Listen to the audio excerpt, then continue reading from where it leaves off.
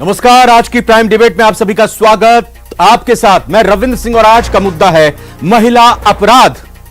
क्या प्रदर्शन से सुधरेंगे हालात? जी हां, इसी सवाल पर चर्चा होगी क्योंकि चुनावी साल है और ऐसे में बीजेपी गहलोत सरकार को हर मोर्चे पर घेरने के लिए कोई कोर कसर नहीं छोड़ रही और विपक्ष का काम भी होता है सरकार को घेरना। वहीं बीजेपी महिला मोर्चा बढ़ते महिला अपराध के मामलों को लेकर 5 जुलाई यानी बुधवार यानी कल को थाली नाद आंदोलन करेगी और इसके तहत बीजेपी प्रदेश कार्यालय से सीएम हाउस तक मार्च निकालकर बीजेपी महिला मोर्चा की कार्यकर्ता थाली बजाकर सरकार को जगाएंगे। बीजेपी सांसद दिया कुमारी ने कहा कि राजस्थान में महिलाओं पर अत्याचार लगातार बढ़ते जा रहे हैं और इसीलिए सरकार को जगाने के लिए हर जिले में प्रदर्शन किया जाएगा। वहीं कांग्रेस ने बीजेपी के प्रदर्शन की निंदा की। यूथ कांग्रेस की उपाध्यक्ष पूजा भार्गव ने बीजेपी के प्रदर्शन पर सवाल खड़े कर दिए। इसी मुद्दे पर होगी प्राइम डिबेट। पहले एक छोटी सी रिपोर्ट देखते हैं। चुनावी साल, महिला अपराध को बीजेपी ने बनाया बड़ा मुद्दा। कल थाली बजाकर प्रदर्शन करेगी बीजेपी महिला मोर्चा। हम लोग आंदोलन कर रहे हैं क्योंकि इनके काम होने जरूरी है, इनके कामों में जरूरी डालनी है। उसके क्या करें, हम सुनना ही नहीं देता, महिला की आवाज सुनाई नहीं देती, सभी महिलाएं खाली आएंगी। बीजेपी ने कहा राजस्थान में महिलाओं पर अत्याचार लगातार बढ़ते जा रहे हैं। भाई जितने भी महिला नेता है उनकी शासन भी होगी, उन्होंने भी नहीं अपना।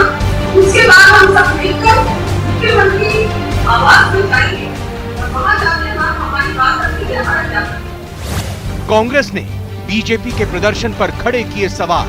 मैं इस जो प्रदर्शन ये लोग करने जा रहे हैं राजस्थान सरकार के खिलाफ, मैं उनको बताना चाहूंगी कि राजस्थान केंद्र से बहुत अच्छी हालत में है। यहाँ पे महिलाओं को सम्मान मिल रहा है, संगठन में सम्मान मिल रहा है।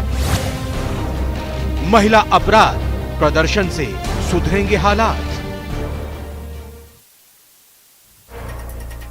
तो कल पूरी तरह से बीजेपी की महिला इकाई की तरफ से सरकार को घेरने की कोशिश की जाएगी और महिला अपराध, खासतौर पर दलित महिलाओं के अपराध उत्पीड़न को लेकर बीजेपी की तरफ से यह प्रदर्शन होगा। पूरे प्रदेश में प्रदर्शन होगा। विशेष तौर पर जयपुर में इस प्रदर्शन की अगुवाई बीजेपी की महिला इकाई से जुड़ी हुई तमाम दिग्गज नेत्री करेंगी। 3 खास मेहमान हमारे साथ जुड़ चुके हैं, उनसे चर्चा करेंगे। एक बार पहले उनका परिचय कराता हूं।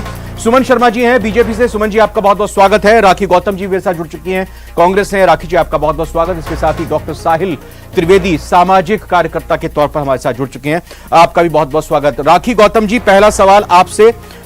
बीजेपी की तरफ से प्रेस कॉन्फ्रेंस की गई कल की इस प्रदर्शन को लेकर, उसमें कुछ पॉइंटर्स निकल कर आए सामने। ये कहते हैं कि प्रतिदिन प्रदेश में 109 महिलाएं उत्पीड़न, रेप, हत्या का प्रयास, अपहरण, छेड़छाड़ इत्यादि के मामले में राजस्थान में ये मामले दर्ज हो रहे हैं। हर रोज 17 दुष्कर्म होते हैं प्रदेश में। हर 2 घंटे में नाबालिग बच्ची का अपहरण हो रहा है। प्रदेश लड़की हूं, लड़ सकती हूं से लड़की हूं सिर्फ लुट सकती हूं तक जो पहुंची है, ये कुर्सी के खेल के चलते राजस्थान सरकार की वजह से हो रहा है। क्या ये आंकड़े, क्या ये जो हकीकत है, इसको आप स्वीकार करती हैं? क्या वाकई ये स्थिति आ चुकी है राजस्थान महिलाओं को लेकर, और क्या कहेंगे आप? जी, सबसे पहले तो नमस्कार। और जिस तरह से कहा जा रहा है, ये सिर्फ एक चुनावी जुमला है जो विपक्ष हमेशा उठाता आया है और उसका काम है हमेशा जुमलेबाजी करना। जबकि हम पिछले 4 साढ़े 4 साल, मैं खुद एक महिला हूँ और इतनी अच्छी तरह से जो सम्मान शायद कांग्रेस पार्टी में मिलता है, शायद वो किसी और पार्टी में नहीं मिलता। और रही बात सारे स्टेट में भी हर महिला सुरक्षित है। और आपने देखा होगा कि हमारी नेता माननीय प्रियंका गांधी जी जो भी बोल चुके हैं कि लड़की हूँ, लड़ सकती हूँ। हमेशा हम अपने आप में आत्मनिर्भर हैं और पूरी तरह से सुरक्षित हैं। हम मानते हैं इस चीज को कि हम हमारी लड़ाई खुद लड़ सकते हैं, तो हम हमेशा सुरक्षित हैं। और ये ईश्वर ने भी हमें गॉड गिफ्ट दिया हुआ है, इसलिए किसी को चिंता करने की आवश्यकता नहीं है हमारी। किस बात की चिंता कर रही हैं सुमन जी आप? यहां तो ये जुमलेबाजी बस आप लोग कर रहे हैं, पूरी तरह से सुरक्षित है, सम्मान कांग्रेस दे रही है। आप कह रहे हैं कि यहां एनसीआरबी के आंकड़ों के तहत पहले नंबर पर है महिला अपराध में। रविंद्र जी, मैं अभी हमारी कांग्रेस की बहन को सुन रही थी, मुझे बहुत आश्चर्य होता है कि महिला को लेके इस प्रकार के बयान जारी करना कि राजनीति हो रही है और भारतीय जनता पार्टी अपने राजनीतिक लाभ के लिए कर रही। मैं उनसे सिर्फ बहुत स्नेहपूर्वक और बहुत आदरपूर्वक पूछना चाहूँगी, हमारी प्रवक्ता जो कांग्रेस की हैं दोनों ही, अभी पूजा भार्गव का भी मैंने बयान सुना था, उन्होंने कहा बहुत अच्छा है। मैं उनसे सिर्फ पूछना चाहती हूँ कि राजस्थान में एनसीआरबी की रिपोर्ट कोई हमने बनाई है क्या? उसमें राजस्थान कहाँ पे है? अगर आपको ध्यान हो, राजनीति करती हैं, सक्रियता से करती हैं, आपकी पार्टी आपको बहुत सम्मान देती है, तो आपको ध्यान होगा कि 2018 में राजस्थान में महिला एट्रोसिटीज़ में राजस्थान को हम लोग कहाँ छोड़ के गए थे? अगर आपको याद नहीं है तो मैं याद दिला देती हूँ। राजस्थान नंबर 5 पे छोड़ के गए थे और आज राजस्थान नंबर 1 पे है। ये हम नहीं बोल रहे हैं, ये सरकारी आंकड़े बोल रहे हैं। और सरकारी आंकड़े कोई बीजेपी कार्यालय में बैठ के नहीं बनते हैं। आपके आंकड़े, आपके सरकार के आंकड़े बता रहे हैं कि प्रतिदिन कैसे मिनट मिनट पे महिलाओं के साथ बलात्कार हो रहे हैं। 1,90,000, 3 महीने पुराने रिकॉर्ड बता रही हूँ मैं, 1,90,000 FIR दर्ज होते हैं। और राजस्थान के मुख्यमंत्री दिल्ली में अट्टहास करके बोलते हैं कि 56% मामले झूठे होते हैं, यानी महिलाओं को झूठा भी कह रहे हैं, रेप भी हो रहा है। दर्द के 2 शब्द हमारे राजस्थान के मुख्यमंत्री से नहीं निकलता। और उससे बढ़ के जो दोनों बहनें बैठी थी जिनका बयान मैंने सुना, मुझे बहुत दुख है जब आपके UDH minister mister Shanti Dhariwal सदन में ठहाका लगा के जिस तरह से माने चीर हरण कर रहे थे महिलाओं के अस्मिता का कि ये तो राजस्थान मर्दों का प्रदेश है, और ठहाके लगे सदन में। शर्म आनी चाहिए ऐसे राजस्थान की कांग्रेस सरकार को। इसलिए भारतीय जनता पार्टी ने ये संकल्प किया है, महिलाओं ने ये संकल्प किया है कि अगर महिलाओं के, राजस्थान की बेटियों के दर्द में हम खड़े नहीं होंगे तो हम भी उतने ही अपराधी होंगे। प्रतिदिन हर घंटे जिस तरह से बहनें मर रही हैं, अभी तो हम भूले भी नहीं है वो दर्द। अगर आपको याद हो बीकानेर की उस लड़की का जो पढ़ने के लिए, कंप्यूटर क्लास करने के लिए अपने घर से निकलती थी और अपने पिता को गुहार की कि मुझे लड़के छेड़ रहे हैं, और वो भी वर्दी में, पुलिस भी छेड़ रही है। राखी जी, मैं सिर्फ सवाल करूंगा, सुन लीजिए रविंदर जी, थाने में FIR नहीं होता है, थाने वाले मिलके उसके साथ बलात्कार करते हैं और लड़की को क्या आप नजरअंदाज कर रहे हैं, खारिज कर रहे हैं, झूठे करार दे रहे हैं? और मैं फिर उसी चीज का उल्लेख करूंगा जो बीजेपी की तरफ से प्रेस कॉन्फ्रेंस के बाद कुछ मुख्य बातें रखी गई। इनमें कुछ बड़ी घटनाओं का जिक्र किया, आप जरा इनकार कर दिए कि ये सब घटनाएं नहीं हुई हैं। उदयपुर में 20 गांव में एजेंट जेब में फोटो रखकर बेटियों को बेच रहे हैं। जमवा रामगढ़ में गीता देवी के पैरों से चांदी के टुकड़े, चांदी के कड़े चुराते हुए उनके पैर को काट दिया गया। 14 साल की बच्ची से डिलीवरी रूम में चाकू दिखाकर बाड़मेर में रेप हुआ। कामा में कब्रिस्तान में, 1 मिनट मैडम सुन तो लीजिए, राखी गौतम जी पहले सुन लीजिए मैडम सुन लीजिए, मैडम सुन लीजिए। अच्छा चलो मैं शॉर्ट कर देता हूं, मैं सिर्फ आज का जिक्र कर देता हूं। मैं ये आपको बताता हूं, आज जयपुर में विदेशी महिला के साथ छेड़खानी होती है। दूसरी खबर आपको झुंझुनू की बताता हूं, वहां पर एक रेप पीड़ित विक्टिम, रेप पीड़िता, पुलिस का कर्मी उनको लेकर सरकारी अस्पताल में जा रहा है और वहां के डॉक्टर कह रहे हैं मैं मेडिकल नहीं करूंगी, घर पे बैठी हुई है। वो दूसरे अस्पताल में जाता है, वहां पर कहती है कि नहीं मैं नहीं करूंगी। यह स्थिति है। कह दीजिए सब झूठ है, कह दीजिए सब गलत है। आपको जो यदि ऐसे कहना है तो आप कह सकते हैं, मुझे कोई आपत्ति नहीं है, आप इस तरह से कह सकते हैं, ये आपकी इच्छा है। नहीं, मैं तो आपसे जवाब ले रहा हूं मैडम, मैं कह नहीं रहा हूं, मैं तो बता रहा हूं जो आज घटना हुई और जो बीजेपी ने उल्लेख किया। मैं तो आपसे पूछ रहा हूं, बता दिया सही घटना है या गलत है, वो आपके ऊपर है। मैं तो आपसे जवाब ले रहा हूं, मैं कह नहीं रहा हूं। ऐसा हुआ ही नहीं है, पहली बात तो। दूसरी बात, यदि ऐसा कुछ हुआ भी है तो कहीं ना कहीं मिसकम्युनिकेशन रहा होगा, ऐसा हो नहीं सकता। इतनी गंभीरता से आप ये जवाब दे रही हैं कि ऐसा हुआ नहीं। नहीं, मैंने ये नहीं कहा आपसे ऐसा हुआ नहीं, ये नहीं कह रही मैं। जो रिपोर्ट वाली बात है उसको पूछ के लिए आप मेरी बात सुनिए। रिपोर्ट दर्ज करने वाली बात है, उस बात पे बात कर रही। बोले राखी जी, बोले, कंप्लीट करें। जब सवाल करा तब आप बीच में बोल रही थी, अब तो मैं आप कोई पूछ नहीं रहा हूं, आप जवाब दीजिए ना। आवाज कट रही है आपकी। हेलो मैडम, आवाज, आपने सवाल सुना मेरा? आवाज आ रही है आपको क्या राखी जी? सर आवाज कट रही है आपकी। हेलो हाँ राखी जी, आप जवाब दीजिए। ठीक है, कोई नहीं, विषय तो आपको पता है, चलिए आप जवाब दीजिए, बताइए जो घटनाएं का जिक्र किया गया मैं मेरी तरफ से अभी और बीजेपी ने प्रेस कॉन्फ्रेंस में ये मुद्दे उठाए, क्या ये घटनाएं नहीं हुई हैं राजस्थान में, किसी दूसरे प्रदेश की घटनाएं हैं ये?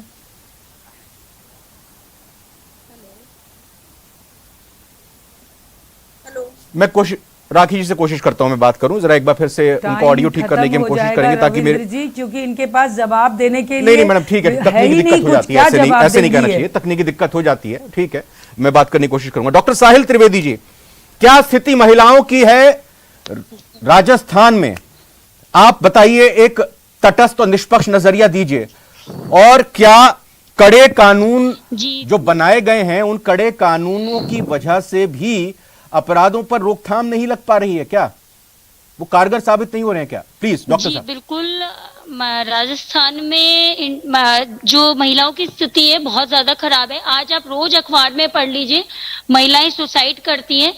इतने कानून बनने के बाद भी अगर मुझे आप एक शादी बता दें जो बिना दहेज के होती है और उसके बाद महिलाओं को प्रताड़ित नहीं किया जाता हो, आप बता दीजिए, और उसके बाद भी ये कहा जाता है कि आप क्या लाए थे, मेंटली, फिजिकली हर तरह से टॉर्चर किया जाता है, घर में, बाजार में, ऑफिसों में, दफ्तर में, सड़क पे, महिला जहां जाएगी, इवन आंखों से इस तरह से लोग देखते हैं कि पता नहीं क्या करने जा रही है। मतलब आपके घर की भी बेटी है, आपके घर में भी बहन है, आप अपनी माँ को, बहन को सम्मान देते हैं, उस तरह से हर महिला को सम्मान क्यों नहीं दे सकते? इंडिया में सुसाइड का रेशियो, अभी मैं नेट पे गूगल पे सर्च कर रही थी तो 11.1 है, उसमें राजस्थान और यूपी में सबसे ज्यादा है, यूरोप में जबकि 4.0 है, अमेरिका में 3.6 है, क्योंकि महिलाएं इतना ज्यादा उनको टॉर्चर किया जाता है, या तो सुसाइड ही करने के लिए टॉर्चर किया जाता है या फिर पता नहीं क्या चाहते हैं, चाहे वो आप मतलब अपने बेटी और अपनी मदर के अलावा हर महिला टॉर्चर है। ऑफिस में है, आप उनको फिजिकल टॉर्चर किया जाता है, मेंटल टॉर्चर किया जाता है, उनको प्रेशराइज किया जाता है, और जितनी भी घटनाएं अभी आप बता रहे हैं, महिलाओं की स्थिति आजादी के 75 साल बाद भी दयनीय है। डॉक्टर साहिल, लेकिन कानून तो बहुत बनाए गए हैं हमारे देश में, महिलाओं को सुरक्षा प्रदान करने के लिए कानून बनाए गए हैं, क्या कमी आ रही है? जी सिर्फ किताबों में बने हैं। सर मैं आपसे एक जिक्र और करना चाहूंगी, अभी को एक जो ज्योति मौर्य कर की एसडीएम है, वो एक नेशनल मुद्दा बन चुका है क्योंकि उनका अफेयर था किसी और एसडीएम से, लेकिन हमारे राजस्थान के हर अधिकारी के 4-4, 5-5 अफेयर्स चलते हैं, इसका क्या मतलब और उन्हें रोकने वाला कोई नहीं है। नहीं, ये इसका बात मतलब क्योंकि मेल्स के खिलाफ कोई नहीं बोलता है, मेल्स के खिलाफ कोई लड़ने को ही तैयार नहीं है। कहने का मतलब ये है कि महिला जरा सा कुछ करेगी तो हर कोई अंगुली उठाने के लिए, एक नेशनल मुद्दा बनाने के लिए तैयार है, और अगर मेल्स रोज वो काम कर रहे हैं और हर आदमी वो काम कर रहा है तब भी कोई बोलने को तैयार नहीं है, महिलाओं की स्थिति इतनी दयनीय है कि पहली बात तो उनको बुरी नजरों से देखा जाता है, उनसे बुरा व्यवहार। अच्छा, आप एक चीज बताइए, बीजेपी की महिला कार्यकर्ताएं कल जो हैं ये प्रदर्शन जिस तरीके से कर रही हैं, मैं राजनीतिक पहलू आपसे नहीं जानना चाहूंगा, कल को हो सकता है सरकार में कोई और हो, विपक्ष में कोई और हो, ये तो धरना प्रदर्शन और एक दूसरे की आलोचना लगी रहती है, लेकिन क्या आपको लगता है कि इस तरह के प्रदर्शनों से महिलाओं की स्थिति में कुछ सुधार आएगा?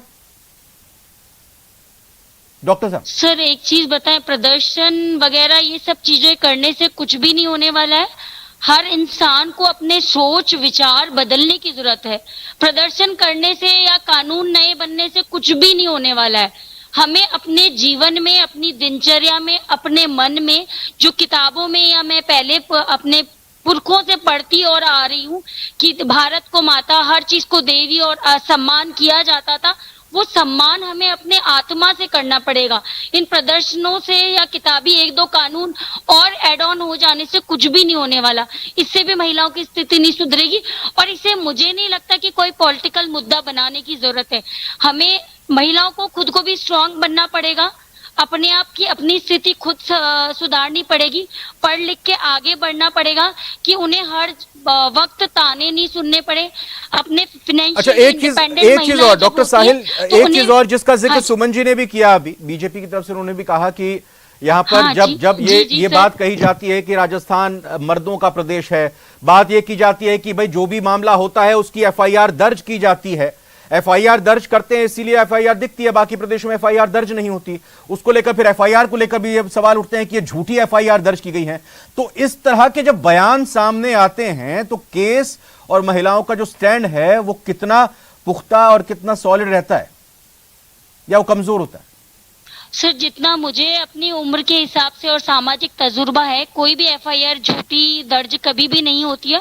और कोई भी महिला अपने परिवार के लोगों से, अपने दफ्तर के लोगों से, अपने भाइयों से या अपने पड़ोसियों से लड़ना नहीं चाहती।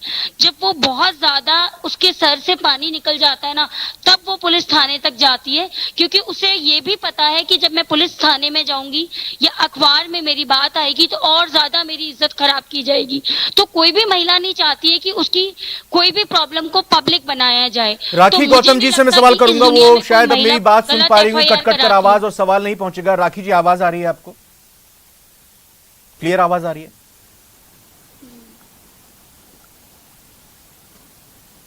राखी गौतम जी, आप सुन पा रही है मेरे को? जी सर, जी। हाँ मैडम, मैंने कुछ घटनाओं का जिक्र किया था जो बीजेपी की तरफ से पॉइंट की गई हैं अपने इस पूरे प्रेस नोट में। इसके अलावा आज जो दो मुख्य खबरें मैंने आपको बताई कि झुंझुनू में एक रेप पीड़िता का सरकारी महिला डॉक्टरों ने मना कर दिया कि हम समय नहीं है, जो भी कुछ कहा उस पर मैं क्या बोलूं, लेकिन उन्होंने मेडिकल नहीं किया। आज एक विदेशी महिला के साथ जयपुर में छेड़खानी हो जाती है और तमाम तरह की जो घटनाएं यहां पर जिक्र किया गया। आप क्या कहेंगी इन घटनाओं के बारे में? पहले तो बताइए कि क्या आपने आंकड़ों को तो नहीं मान रही है एनसीआरबी के? आपके जो घटनाएं हुई हैं ये मान रही है कि नहीं मान रही है? राजस्थान में हुई है या कहीं और हुई है? सर देखिए, राजस्थान में जो घटनाएं हुई हैं, आपके अनुसार जो आंकड़े बता रहे हैं आप, हमारी बहन बता रही हैं जिस तरह से, तो हम कहते हैं कि कहीं ना कहीं ऐसा हुआ होगा। देखो, मैं इस चीज को नहीं बोलूंगी कि कोई भी बहन, कोई भी बेटी, मेरी बात सुनिए, कोई भी बहन, कोई भी बेटी अपनी इज्जत कम से कम रोड पे नहीं लाती। उसके सिर से जब पानी निकल जाता है तब वो ऐसे करती है या एफआईआर तक जाती है या और भी कोई भी जो सुविधा चाहती है वो उस कोशिश करती है कि मैं बताऊं ताकि लोगों को पता चले, लोग अवेयर हो सके। हेलो, हाँ मैं सुन रहा हूं, आपका जवाब एकदम क्लियर आ रहा है मैडम। अब ये बताएं ना हमको, जिस तरह की घटनाएं, जिस तरह की आज की जो आप बात कर रहे हैं कि गवर्नमेंट हॉस्पिटल में डॉक्टर ने उनकी रिपोर्ट वो नहीं टेस्ट नहीं किया है, मेडिकल रिपोर्ट नहीं ली है, तो शायद पता नहीं मुझे कि क्यों नहीं लिया है, क्या कारण रहा है। लेकिन ऐसा यदि हमारी किसी बहन ने किया है तो उनको ऐसा नहीं करना चाहिए। मैं उनको बोलूंगी कि यदि इस तरह से कभी भी कोई भी बहन आपके पास हेल्प के लिए आती है तो प्लीज आप दिल खोल करके उसकी हेल्प करें। और हम सबका दायित्व बनता है, बल्कि हम ऐसा नहीं है कि विपक्ष पार्टी से तो हम इनके खिलाफ नहीं है, बहन हमारी भी है, बहन है। जी सुमन शर्मा जी, आपसे जवाब लूंगा। आप ये बताएं कि भाई चुनाव नजदीक हैं तो अब महिलाओं को, बीजेपी की महिलाओं को जो नेता हैं उनको अब बहनों की याद आ रही है। देखिए, मैं आपको बताना चाहूंगी कि भारतीय जनता पार्टी एक ऐसी पार्टी है जहां 365 दिन हम लोग कार्य करते हैं। हमारे लिए चुनाव मौसमी बरसाती मेढकों की तरह नहीं है कि चुनाव आया तो हम कलरफुल कपड़े में आ गए या समस्याओं को लेके हमने विलाप प्रारंभ कर दिया। ये भारतीय जनता पार्टी के कार्यशैली में नहीं है। भारतीय जनता पार्टी निरंतर कार्य करती रही है। अगर आप देखेंगे पिछले 4.5 साल का ब्यौरा उठा के, कौन सा जिला अछूता रहा होगा हम लोगों से जहां हम लोगों ने थाने का घेराव नहीं किया हो, जहां हमने अस्पताल में जाके पीड़िता के परिवार के आंसू पोंछने के काम नहीं किए होंगे। जितनी हम लोग कर सकते हैं अपने दायरे में रह के, हम लोगों ने अपनी आवाज़ उठाते रहे। अब सिर से कहते हैं ना कि कई बार बिल्कुल ही पानी, कोई असर ही नहीं है। सरकार, आप अभी कह रहे हैं कि वहाँ पे डॉक्टर ने मना कर दिया। मैं तो बताती हूँ, खाजूवाला की घटना आप भी नहीं भूले होंगे। वो अगर महिला बच्ची की एफआईआर हो जाती तो आज लड़की इस दुनिया में होती। पुलिस वालों ने मिलकर उसके साथ बलात्कार किया। तो आप तो डॉक्टर की बात कर रहे हैं। जिस सरकार में जौहरी लाल मीणा इनके विधायक है, उनके पुत्र पे रेप का आरोप है। एक मंत्री राजधानी के, उनके पुत्र पे रेप का आरोप है। इस राजस्थान में एफआईआर नहीं होता है। जाके दूसरे राज्य में FIR होता है, लेकिन कार्रवाई कुछ नहीं होती है। तो बात कुल मिला के सैया भये कोतवाल अब डर काहे का। अपराधियों को ये लगता है कि यहाँ तो कुछ भी कर लो सब जायज है, क्योंकि हमारे जो मंत्री, मुख्यमंत्री और जो पार्टी इनकी है वो कुर्सी बचाओ खेल में लगी हुई है। कभी किसको मात देना है, कभी किसको सह देना है, इसमें लगी। अपराधियों की चिंता ही नहीं है। गृह मंत्री हमारे फुल टाइम अपनी कुर्सी बचाने में लगे हुए हैं, मुख्यमंत्री जी, और बातें बड़ी बड़ी करते हैं। मैं प्रियंका गांधी को भी याद करूंगी। यूपी में तो वो लड़की होके लड़ सकती हैं, पर राजस्थान की बेटियों का दर्द उनको दिखाई नहीं देता है। इतनी बेटियां कराते कराते अपने जीवन का दान कर चुकी हैं कि जीवन लीला समाप्त कर चुकी हैं, लेकिन उनको हमारी बेटियों का दर्द नहीं देखता है। ये राजस्थान की बेटियां सब देख रही हैं, और विशेषकर दलित बेटियों के साथ। आप लोग सामाजिक सरोकार की बात करते हैं बहुत ज्यादा, आप लोग जब देखो आप लोग कहते हो, लेकिन अभी आंकड़े उठा के आप 3 महीने के, इधर 3 महीने के आंकड़े देख लीजिए, सारी बेटियां हमारी दलित हैं जिनके साथ ये काम हुआ है, और सबको आप लोगों ने मतलब कोई कार्रवाई नहीं। राखी जी मुझे एक जवाब दीजिए, क्या वाकई में पुलिस सही तरीके से काम नहीं कर पा रही है, कर नहीं रही है, कुछ दबाव उसके ऊपर है? जब मामला तूल पकड़ने लगता है तो फिर तब जाकर फिर ये दिखाई देती हैं चीजें। मैं एक और उदाहरण देता हूं, देखिए ये एक और उदाहरण देता हूं आपको, एक छोटा सा उदाहरण, कल की घटना बता देता हूं। एक नाबालिग लड़की को 2 लोग मोटरसाइकिल पर उठाकर ले जाते हैं, उसके बाद फिर जब उनके माँ बाप पीछा करते पहुंचते हैं तो उल्टा पीट कर उस बिटिया के पिता की हत्या कर दी जाती है, और फिर वो जाकर थाने पहुंचते हैं तो बड़ी मुश्किल से FIR होती है। पुलिस क्या भूमिका सही से निभा रही है क्या? मुझे इसका जवाब चाहिए राखी जी आपसे। सर देखिए, पुलिस प्रशासन पूरी अपनी जिम्मेदारी निभा रहा है, और बहनों के प्रति सरकार के साथ साथ प्रशासन पूरा संवेदनशील है। अपनी बहनों की, अपनी माताओं की, सभी की रक्षा करना उसका दायित्व है। और राजस्थान हमेशा जो जिस तरह से बेटियों का चीरहरण हो रहा है ना, इसको राजस्थान देख रहा है। राजस्थान की डॉक्टर साहिल, आखिरी सवाल मेरा आपसे है, ये बताएं कि ये बिल्कुल कानूनी मुद्दा तो ये है ही, लेकिन सामाजिक मुद्दा भी यह है, पुलिस की भूमिका कितनी महत्वपूर्ण इधर हो जाती है, और दूसरी तरफ यह बात भी जरूरी है कि महिला से जुड़े हुए मामलों को लेकर महिला पुलिस अगर बेहतर स्थिति में उनकी संख्या रहती है तो वो और थोड़ा सा विक्टिम के लिए कंफर्टेबल होता है। पुलिस के एंगल से अगर आप देखें तो आप सामाजिक कार्यकर्ता होने के नाते क्या कहेंगे डॉक्टर साहिल? और बता देती हूँ डॉक्टर साहिल को सुनने के पहले मुझे सुन ले।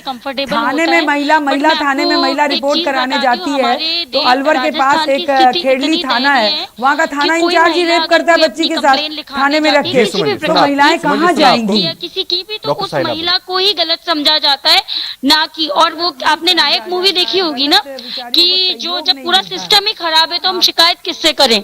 जब ऊपर से नीचे तक सारा सिस्टम ही खराब है तो शिकायत किससे करें? अब जैसे कि आपने कहा कि उन डॉक्टर्स ने उनकी रिपोर्ट तैयार करने से मना कर दिया, तो जिस तन बीते वो ही जाने, कोई ना जाने पीर पर आई।